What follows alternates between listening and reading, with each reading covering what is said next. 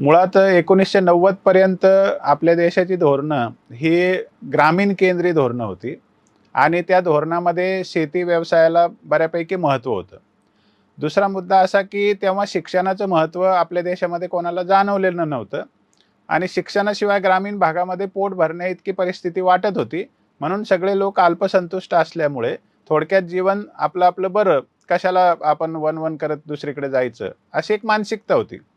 आणि मराठा समाज हा शेतकरी समाज असल्यामुळे, ग्रामीण भागात स्थिर झालेला समाज असल्यामुळे, या समाजात शिक्षणाचं फारसं वारं वाहत नव्हतं. आणि त्या दरम्यान सगळ्याच ग्रामीण भागामधल्या जाती-जमातींना शिक्षणाचं फारसं असं काही आकर्षण नव्हतं. म्हणून गावामध्ये आम्ही जेव्हा शिकायचो, तोपर्यंत कुठल्याही जातीचा, जातीयवादाचा असा कुठलाही रंग तेव्हा कोणत्याच ठिकाणी आम्हाला दिसायचा नाही. परंतु जेव्हा आपण 91 नंतर ग्लोबलायझेशन स्वीकारलं आणि मुक्त अर्थव्यवस्था याच्या नावाखाली आपण शेतीची वाताहत झालेली पाहिलेली आहे. आणि धोरणं बदलल्यामुळे एकीकडे शेतीला दुय्यम लेखण्यात आलं. सेवा क्षेत्राला आणि शहरी भागाला मोठं महत्त्व आलं. हा एकीकडे बदल होत असताना दुसरा बदल मुख्यत्वे काय झाला, तर इंदिरा साहनी केसच्या निकालानंतर व्ही.पी. सिंगांनी जे आरक्षण दिलं होतं, त्या इंदिरा साहनी केसच्या निकालानंतर 1992 नंतर म्हणजे साधारण 93 पासून आपल्या देशामध्ये केंद्रीय पातळीवर ओबीसी आरक्षणाची अंमलबजावणी झाली. म्हणजे ही गोष्ट काही फार वाईट झाली होती असं नाही. राज्यामध्ये आपल्याकडे 1965 पासून आरक्षण दिलं गेलं आणि ओबीसीचं आरक्षण साधारण 1967 पासून सुरू झालेलं आहे. म्हणजे राज्यामध्ये पूर्वी आरक्षण होतं, पण त्याची 1990 पर्यंत फारशी गरज वाटायची नाही, कारण शिक्षणाचं प्रमाण कमी होतं. त्यामुळे आरक्षणाशिवाय शिकलेल्या लोकांना नोकऱ्या मिळायच्या. आणि 92 मध्ये इंदिरा साहनीच्या निकालानंतर जेव्हा केंद्रामध्ये आरक्षण लागू झालं, तर त्याच्याने काही फार बिघडलं नाही, कारण ते 27% पर्यंत आरक्षण नव्याने लागू झालं होतं. आणि तोपर्यंतही असं काही फारसं समाजामध्ये काही असं वातावरण निर्माण झालं नाही की याच्याने काही फार बिघडणार आहे. वाईट गोष्ट महाराष्ट्रामध्ये काय झाली, की ज्याच्यामुळे मराठा समाजाच्या समोर मोठे प्रश्न उभे राहिले. ते म्हणजे 23 मार्च 1994 रोजी शरद पवार साहेब मुख्यमंत्री असताना एक जी-आर निघाला आणि त्या जी-आरमध्ये खोट्या गोष्टी नमूद करून, म्हणजे उदाहरणार्थ मंडल आयोग महाराष्ट्रात लागू करायचा आहे, म्हणून आम्ही हा निर्णय घेत आहोत. खरं म्हणजे सुप्रीम कोर्टाने राज्यामध्ये मंडल आयोग लागू करा असा कुठलाही आदेश दिलेला नव्हता.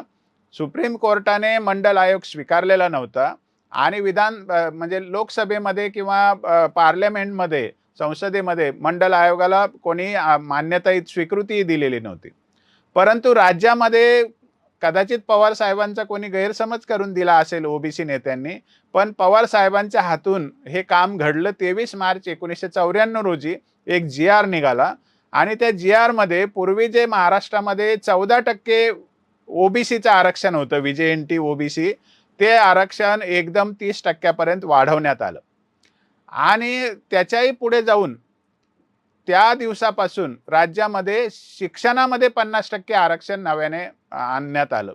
तोपर्यंत आर्थिक मागास सगळे जेवढे होते त्या सगळ्यांना सगळ्या सवलती मिळत होत्या आणि आरक्षणाची कोणालाही त्या ठिकाणी लाभ मिळत नव्हते. शिक्षणामध्ये आरक्षणच नव्हतं पूर्वी. 23 मार्च 1994 नंतर जूनपासून, म्हणजे 94च्या जूनपासून शिक्षणामध्ये आरक्षण 50% लागू झालं आणि मग खरा प्रश्न उभा राहिला. म्हणजे खरं मराठा समाजाच्या आरक्षणाचा प्रश्न जो आहे तो 1994च्या 23 मार्चच्या जी-आरमुळे उभा राहिला आणि त्या जी-आरमध्ये 50% शिक्षणाचं आरक्षण दिल्यामुळे उभा राहिला. त्यापूर्वी काही महाराष्ट्रात असा कुठलाही प्रश्न नव्हता आणि सहजासहजी सगळ्यांना संधी मिळत होती.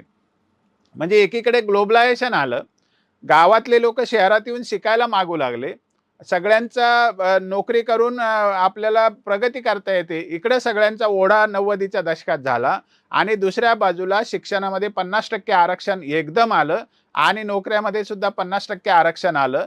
त्यामुळे हा संघर्ष या ठिकाणी सुरू होतो. म्हणजे ग्रामीण भागातून मोठ्या प्रमाणात मराठा समाज शहरात येऊ लागला, शिकू लागला आणि त्याला शिक्षणामध्ये रिझर्वेशनला तोंड द्यावं लागायला लागलं आणि त्याला नोकरीमध्ये पण आरक्षणाला तोंड द्यावं लागायला लागलं आणि याच्यातून मराठा समाजाची मुलं ही मागे पडत गेली आणि मागच्या 25 वर्षामध्ये मराठा समाजाच्या काही पिढ्या बर्बाद झालेल्या आहेत. त्याला कारण आहे 23 मार्च 1994चा तो जी-आर आणि त्या जी-आरने दिलेलं 50% पर्यंतचं बेकायदा आरक्षण आणि शिक्षणातलं एकूण आरक्षण. याच्यामध्ये त्याला बेकायदा का म्हणायचं? कारण ओबीसीला जे पूर्वी 10% आरक्षण होतं, ते आरक्षण 32% पर्यंत नेण्यात आलं. म्हणजे व्हीजेएनटी ओबीसीचं आरक्षण 14% वरून 32% पर्यंत 94 मध्ये केलं. ते आरक्षण करताना एकूण राज्यातली लोकसंख्या जी होती ती लक्षात घेतली नाही आणि त्याच्यामुळे मराठा समाज हा मोठा समाज आरक्षणाबाहेर राहिला आणि आरक्षणाची मर्यादा मात्र 50% पर्यंत संपुष्टात आली. त्यामुळे मराठा समाजाला आरक्षणात येण्याचा मार्ग बंद झाला आणि आरक्षणात न येता मराठा समाजाला नोकरी आणि शिक्षणात अस्तित्व राहिलं नाही. प्रचंड खर्च शिक्षणाचा वाढला आणि नोकरी मात्र रिझर्वेशनमुळे मिळेनाशी झाली आणि ज्या काळामध्ये मुक्त अर्थव्यवस्था आली त्या काळामध्ये नोकऱ्या कमी कमी होत गेल्या आणि शहरी भागात जे शिकलेले लोक आहेत त्यांनी खाजगी क्षेत्रातल्या नोकऱ्या व्यापून टाकल्या आणि सरकारी क्षेत्रात येण्यासाठी रिझर्वेशनची अडचण मराठा समाजाला भेडसावू लागली. आता हा तिढा कशामुळे निर्माण होतो की एका बाजूला आरक्षण भरमसाठ आहे आणि मराठा समाजाला त्याच्यात शिरकाव नाहीये. जेव्हा जेव्हा मराठा समाजाने आरक्षण मागितलं त्यावेळेला मराठा समाजाला असं सांगण्यात आलं की तुम्हाला आरक्षण देता येईल पण ओबीसीत यायचं नाही. म्हणजे आरक्षणाची मर्यादा व्यापून टाकल्यानंतर मराठा समाजाला घटनात्मक आरक्षणाच्या मर्यादेत येऊ द्यायचं नाही असं राजकीय सगळी भूमिका तयार झाली. त्याला एक कारण तिसरं असं आहे, एकीकडे ग्लोबलायझेशन आहे, मुक्त अर्थव्यवस्था आहे, शेतीची वाताहत आहे, दुसरीकडे 50% पर्यंत शिक्षणातलं आरक्षण वाढलं, नोकऱ्यामध्ये ओबीसींना 32% पर्यंत आरक्षण वाढलं. तिसरी त्याला एक अजून झालर आहे ते म्हणजे 1994 पासून स्थानिक स्वराज्य संस्थांमध्ये आणि महानगरपालिकामध्ये पंचायत राजमध्ये राजकीय आरक्षण आलं. ते आरक्षण सुद्धा 50% पर्यंत आलं. मग त्या आरक्षणाच्या मुळे काय झालं तर ओबीसीची एक फळी तयार झाली, ओबीसीचं राजकीय भूमिका तयार झाली आणि जेवढ्या ओबीसी जाती आहेत त्यांचं एक महाराष्ट्रात प्रबळ राजकारण सुरू झालं आणि या राजकारणाच्या प्रभावाखाली सगळ्या राजकीय पक्षांनी एक भूमिका घेतली की ओबीसीला महाराष्ट्रात दुखवायचं नाही. म्हणजे इकडूनही मराठा समाजाचा प्रॉब्लेम तयार झाला की ओबीसीला महाराष्ट्रात दुखवायचं नाही असं सगळे राजकीय पक्ष भूमिका घेतात. त्यामुळे ओबीसी मध्ये मराठा समाजाला आरक्षण देता येणार नाही, घटनात्मक मर्यादेत मराठा समाजाला आरक्षण देता येणार नाही अशी भूमिका तयार झाली आणि एकीकडे शेतीची वाताहत झाली, ग्रामीण भागातल्या संधी कमी झाल्या आणि मराठा समाजाच्या मुलांना शिक्षणाची अडचण येऊ लागली, नोकऱ्यातल्या संधी कमी झाल्या. म्हणजे महाराष्ट्रामध्ये एवढ्या मोठ्या समाजावर प्रचंड अन्याय झालेला आहे मागच्या 25 वर्षामध्ये, हे मान्यच कोणी करत नाही. त्याचं कारण आहे मोठा जातीवाद.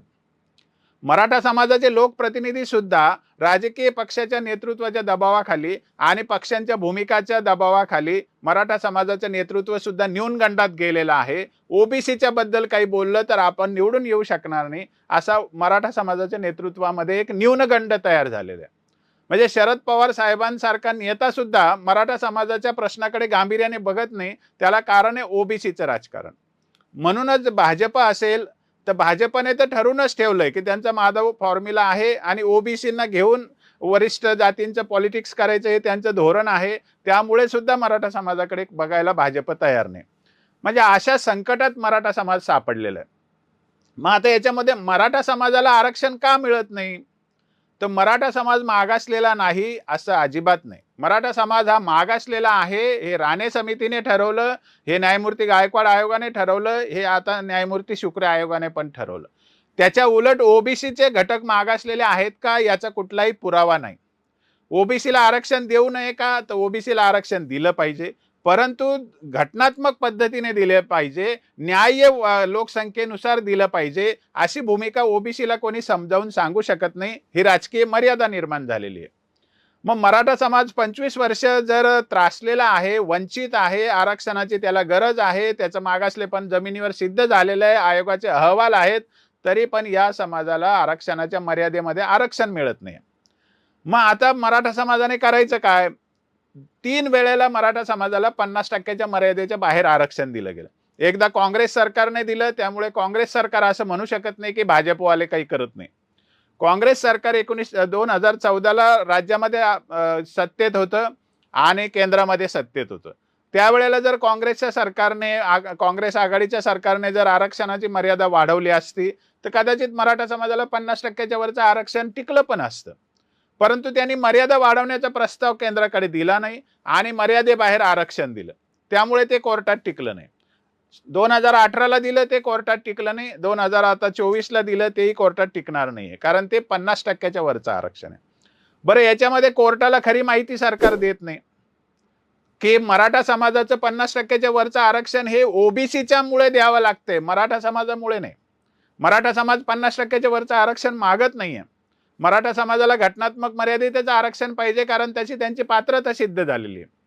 म्हणून विशेष अपवादात्मक परिस्थितीचा निकष कोर्टासमोर सरकार मांडत नाही की ओबीसींना तो निकष लागू केला पाहिजे विशेष अपवादात्मक परिस्थितीचा, कारण त्यांना सुरक्षा पोहोचवण्यासाठी मराठ्यांना आम्ही वरचं आरक्षण देतोय असं कोर्टासमोर सरकार सांगत नाही. आणखी त्यातली एक बाजू अशी आहे की सरकार जे दरवर्षी अहवाल प्रकाशित करतं शासकीय कर्मचाऱ्यांच्या लोकसंख्येचा, तर शासकीय कर्मचाऱ्यांमध्ये आता 25% 19% आरक्षण घेणाऱ्या ओबीसीला 25% त्यांचं हे झालेलं आहे, नोकरीतलं प्रमाण झाले. एकंदरीत 37% महाराष्ट्रात ओबीसी असं बाठिया कमिशन सांगते. बाठिया कमिशनच्या अहवालानुसार 37% महाराष्ट्रात ओबीसी जे आहेत त्यांचं 42% प्रमाण नोकरीत झालेलं आहे. म्हणजे त्यांचं नोकरीतलं प्रतिनिधित्व ओसंडून वाहतंय.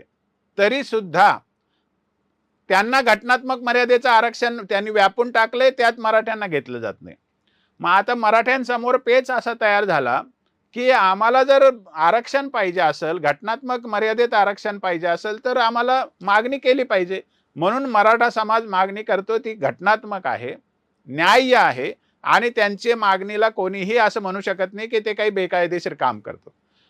मग आता त्यांनी मागणी केली की ज्यांनी आतापर्यंत बेकायदेशीर पद्धतीने घटनाबाह्य पद्धतीने मागासले पण सिद्ध नसताना जे आरक्षण दाबून धरलं केवळ राजकीय शक्तीचा गैरवापर करून करून, ते लोक मराठा समाजाला चुकीचं ठरवतात. म्हणजे हा जो तिढा आहे हा ओबीसी जातीतल्या काही राजकीय नेत्यांनी निर्माण केलेला तिढा आहे.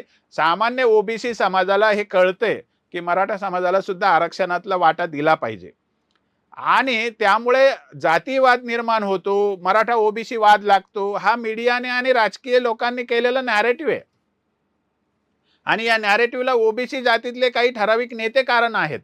त्यांची स्वतःची राजकीय पोळी भाजून व्हावी, त्यांची राजकीय व्होट बँक टिकावी म्हणून हे असे नॅरेटिव्ह तयार करतात की मराठा आरक्षणामुळे ओबीसी मराठा वाद लागतो, मराठा आरक्षणामुळे महाराष्ट्रात जातीवाद वाढतो, मराठा आरक्षणाची मागणी केल्यामुळे ओबीसीना धोका निर्माण होऊ शकतो. असं कुठलाही धोका निर्माण होत नाही, कारण मराठा सुद्धा या राज्याचे नागरिक आहेत. त्यांना घटनात्मक अधिकार आहे आपला प्रश्न मांडण्याचा आणि घटनात्मक आरक्षण मागण्याचा अधिकार मराठा समाजाला घटनेने दिलेला आहे. मराठ्यांना घटनात्मक आरक्षण देऊ नका असं म्हणण्याचा अधिकार कोणालाही दिलेला नाही आपल्या घटनेने आणि त्यांच्यावर कारवाई होण्याची गरज आहे. ते जातीवादाला कारण आहेत. त्यांनी राजकीय समीकरणापोटी या समाजाच्या अधिकाराला डावलण्याचं कारण झालेले आहेत. हे खरं म्हणजे वास्तव आहे. म्हणून मग न्यायाच्या भूमिकेतून बोललं पाहिजे, घटनात्मक चौकटीत बोललं पाहिजे. मराठा समाजाचे सामाजिक न्यायाचे प्रश्न आहेत, त्याच्याकडे सामाजिक न्यायाच्या भूमिकेतून पाहिलं पाहिजे. मला असं वाटतं मराठा समाजाने घटनात्मक मर्यादेत आरक्षण मागणं ही काही त्यांची चूक नाही. या समाजाला घटनात्मक मर्यादेत आरक्षण आम्ही देऊ देणार नाही असं म्हणणारे जे राजकीय नेते किंवा सामाजिक कार्यकर्ते आहेत त्यांना मात्र त्यांच्यावर फौजदारी दाखल झाली पाहिजे आणि त्यांना त्यांच्यावर खटले भरले पाहिजे, कारण ते आमच्या सामाजिक न्यायाच्या आड येत आहेत. याला कुठलाही जातीचा रंग द्यायचं कारण नाही, याला कुठलाही सामाजिक डिव्हाइड, ज्याला सोशल डिव्हाइड किंवा असं काही मोठा वाद आहे असं याला नाव देणं चुकीची गोष्ट आहे.